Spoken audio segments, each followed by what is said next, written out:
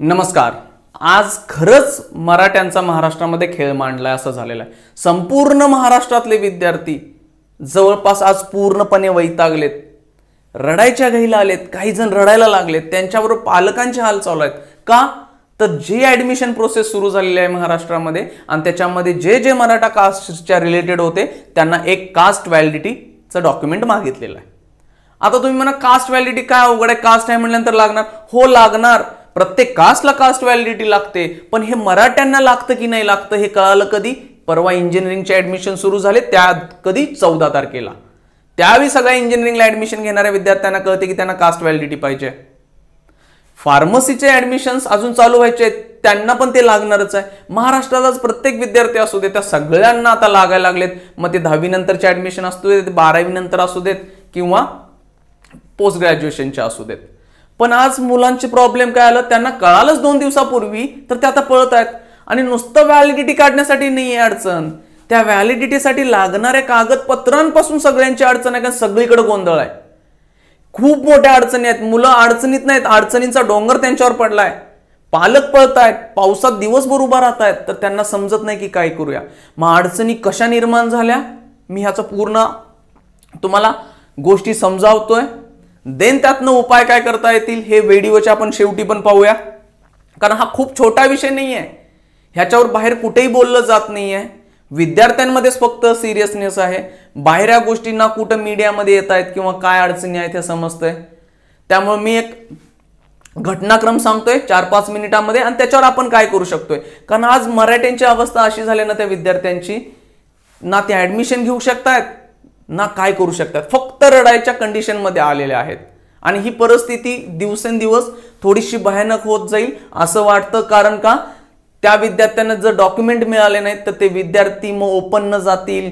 काही जण गॅप घ्यायचा विचार करायला लागलेत, मी पुढच्या वर्षी डॉक्युमेंट काढतो आणि मग अप्लाय करतो. मार्क्स आहेत पण त्यांच्याकडे डॉक्युमेंट्स नाही आहेत.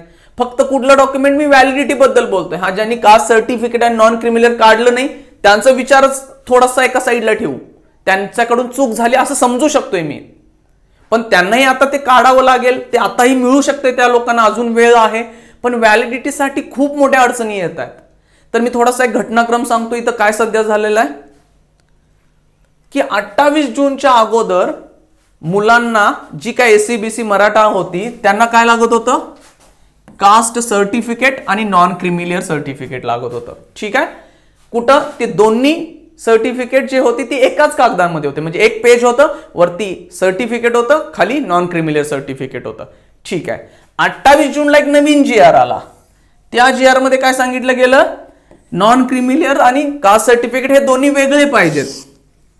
मग मुलांच्या मध्ये गोंधळ निर्माण झाला, कारण त्यांनी काही दिवसापूर्वीचे सर्टिफिकेट काढलं ते एका पेजवर होतं. 28 जूनला जे सर्टिफिकेट त्यांना पाहिजे ते वेगवेगळ्या पेजवर पाहिजे.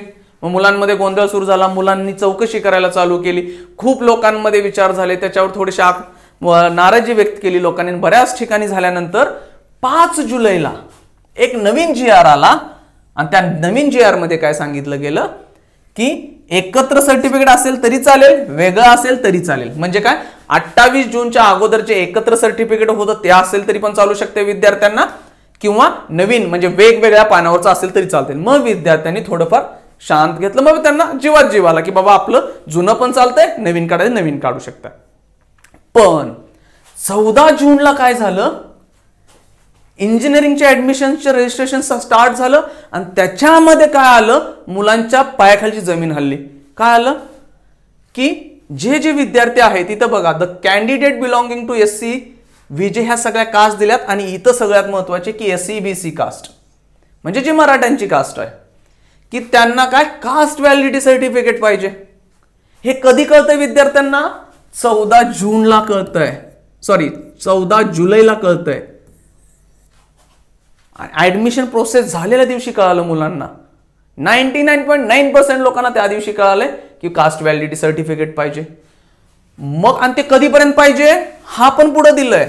लक्ष द्या, अगोदर ह्या ज्या सगळ्या कास्ट आहेत ना, ह्या सगळ्या कास्टना कास्ट सर्टिफिकेट, नॉन क्रिमिलियर आणि कास्ट व्हॅलिडिटी लागते हे माहित होतं. हा, नॉन क्रिमिलियर SC ST ला लागत नाही, पण कास्ट व्हॅलिडिटी सगळ्यांना लागते हे जग जाहीर आहे आपल्याकडं. पण SEBC ला कास्ट व्हॅलिडिटी लागणार हे इथंच कळालं 14 जुलैला मुलांना. मग प्रोसेस तर सुरू झाली ऍडमिशन घ्यायची म्हणजे रजिस्ट्रेशनची. आता मग मुलं पळायला लागली, आता करू काय?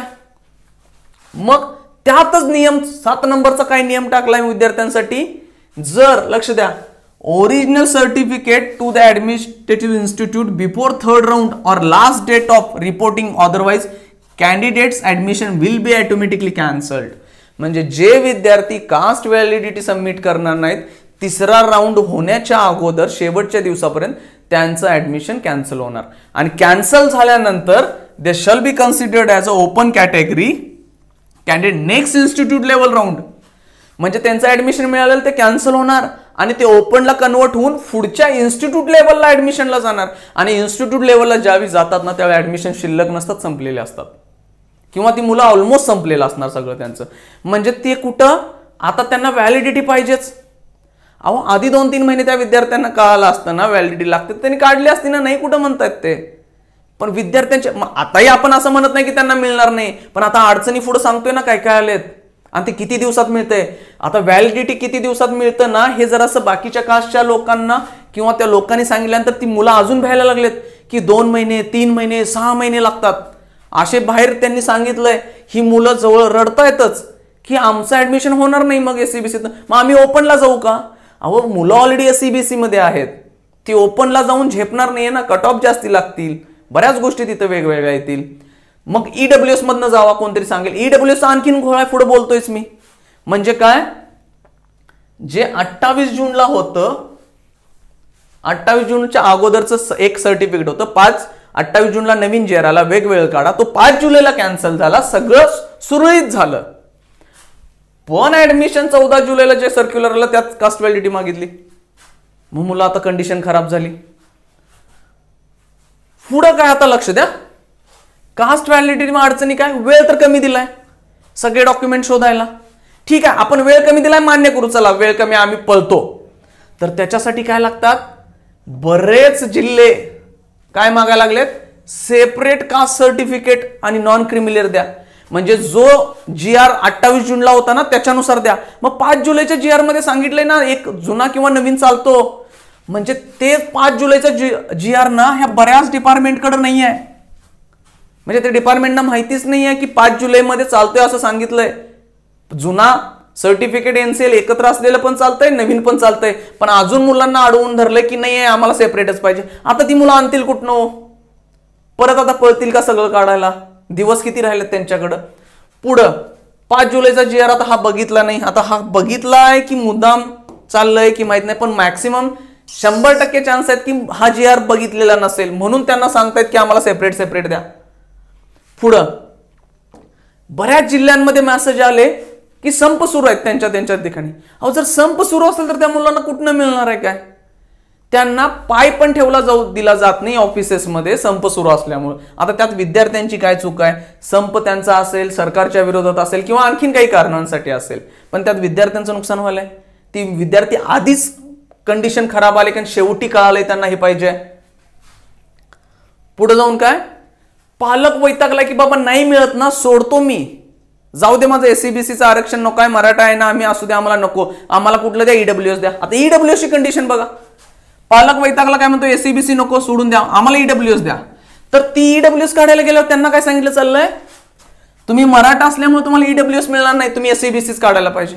अहो आमचं SEBCचं व्हॅलिडिटी किंवा पुढचे डॉक्युमेंट होईना झालेत म्हणून ती EWS मागायला गेली, तर त्यांना EWS पण मिळत नाही. म्हणजे लग्न आमचं आणि आम्हालाच लग्नात येऊ दिलं जात नाही, ही कंडिशन आहे ना. त्यांना EWS केलं चाललंय ना SEBC दिलं चाललंय. मग ती जाणार कुठं मुलं? एक तर SEBCचं आरक्षण मिळणार ना, कारण व्हॅलिडिटीसाठी त्यांना सांगायला नियम नाहीच आहे तरी सांगायला लागलेत की ते जुनं कॅन्सल झालंय नवीन द्या. अहो GR नवीन निघून पण त्यांना घेतलं जात नाहीये. हे कशामुळे चाललंय, फक्त कम्युनिकेशन नाहीये व्यवस्थित, की तो GR सगळ्यांपर्यंत पोहोचला नाही किंवा लोकांनी पाहिला नाही किंवा त्याच्यावर ऍक्शन होईना झाले. हे फक्त असं वाटतंय, नाहीतर मुलं विनाकारण मग अशी रडत बसली नसती. मग आता पालक काय म्हणतो, फेऱ्या मारल्या 2 दिवस पावसांमध्ये भिजलेत, फोटो यायला लागलेत. काही मगाशी तर मला 6-6:30 वाजता मुलांनी 2 फोटो टाकले, सर सकाळी 11 वाजता येऊन बसलोय, पूर्ण भिजलोय, जेवलो नाही, अजूनही आम्हाला आत घेतलेलं नाहीये. कुठं नेट कॅफेवरती, फक्त ऍप्लिकेशनला नाही आहे, कारण सरकारच्या योजना खूप आल्यात त्याच्यामुळे सगळीकडे फुलला आहे. ऑफिसेसच्या बाहेर गव्हर्नमेंटच्या जाऊन उभा राहिलेत, फक्त आतही त्यांना घेतलं जात नाहीये. मग ही कंडिशन चालली मुलांची वाईट हालत. मग EWS त्यांना मिळेना, SEBC घेईनात. मग करायचं काय त्या विद्यार्थ्यांनी? ओपनला जायचंय का? मग हे पण नाही ना. पुढं आता आपण यावर काय करणार? ह्या अडचणी आहेत, अडचणी पण नाहीत. आणखीन एक अडचण काय होती इथं, संप सुरू होता, ह्यासाठी डॉक्युमेंट्स लागतं 15A. एक फॉर्म आहे, तो फॉर्म मध्ये काय दिलं जातं, जो विद्यार्थी ज्या कॉलेजमध्ये शिकलाय ना त्या कॉलेजनं सांगावं लागतं की हा आमचा विद्यार्थी होता. आता बरेच कॉलेज तिथं मुलांना अडवायला लागलेत का, की तुम्ही आमच्याकडून दाखला काढून नेलाय, तुमचं सगळं संपलंय, आम्ही तो फॉर्म देऊ शकत नाही. अहो मुलं दाखला काढून किंवा रिझल्ट लिहिणारच ना, त्यांची ऍडमिशन सुरू झाली होती म्हणल्यावर. ऍडमिशन सुरू झाली 14 तारखेपासून, मग ते दाखला लागणारच की त्यांना. मग ती कॉलेज म्हणतात नाही आता दाखला काढला ना आम्ही देऊ शकत नाही. अहो जर ती ज्या कॉलेजमधून मुलगा पास आउट आहे त्यांना ते फॉर्म देत नाही आहेत, मग त्यांना देणार कोण? ही पण अडचण. म्हणजे काय, त्या मुलांना काय केलं चाललंय, सेपरेट मार्क, GR आला असून पण त्यांच्याकडून सेपरेट मागितलं चाललंय. संप सुरू आहेत, त्या मुलांना 15A फॉर्म ज्या कॉलेजमधून शिकलेत ती कॉलेजेस देईना झालेत. मग मुलं आता प्रत्येक ठिकाणी 3-4 दिवस जर ती भांडत बसली तर त्यांचे दिवस किती वाया जातील. आता मी बऱ्याच विद्यार्थ्यांना GR दिला, आणि हा जो GR आहे ना 5 जुलैचा, मी तर डिस्क्रिप्शन बॉक्समध्ये लिंक देतो, डाउनलोड करून घ्या. आणि आता तो GR मुलं घेऊन फिरायला लागलेत सगळीकडं. नाही आहे ना सेपरेट, हा GR बघा, हा GR बघा, मग तो GR वाचतात, मग निर्णय होणार, मग मुलांच्याकडे ते काय घेतलं जातं. अहो असा प्रत्येक विद्यार्थी थोडीच करणार आहे की तू GR घेऊन जाईल. आता प्रत्येक विद्यार्थ्याला हे माहिती तरी कुठे आहे की GR बदललेत किंवा काय झालंय. मग ह्या अडचणी आल्यात. कास्ट व्हॅलिडिटी काढायला मुलं आजही तयार आहेत, आजही पळायला लागलेत, पण ह्या अडचणी आहेत. मग आता आपण काय करू शकतो ह्याच्यावर? मी तर वैयक्तिक म्हणजे मी हा व्हिडिओ बनवला, युट्यूब चॅनल छोटासा आहे, जितक्या लोकांना समजेल त्या गोष्टी कळतील त्या कळू. तुम्ही पालकांनी किंवा विद्यार्थ्यांनी काय करावं माझं असं अपेक्षित आहे. ह्या ज्या गोष्टींच्या अडचणी आहेत ह्या माननीय मुख्यमंत्री उपमुख्यमंत्री असतील ह्यांच्यापर्यंत पोहोचवा. जे जे अधिकारी आहेत त्यांना ह्या गोष्टींच्या अडचणी सांगा, जेणेकरून एखादं सर्क्युलर निघू दे की ह्या सगळ्या डिपार्टमेंटचं एकामेकामध्ये कोऑर्डिनेशन होऊ दे, की बाबा जे SEBCचे विद्यार्थी आहेत त्यांना लवकरात लवकर कास्ट व्हॅलिडिटी मिळावी ह्याच्यासाठी प्रयत्न करा. ऍटलिस्ट 1 महिन्याभरात 15-20 दिवसात तरी मिळेल त्यांना. कारण जर GRच पोहोचले नाही आहेत आणि वेगवेगळी उत्तरे मिळत आहेत मुलांना, तर ते मुलं काय करतील, सोडून देतील ना अपेक्षा.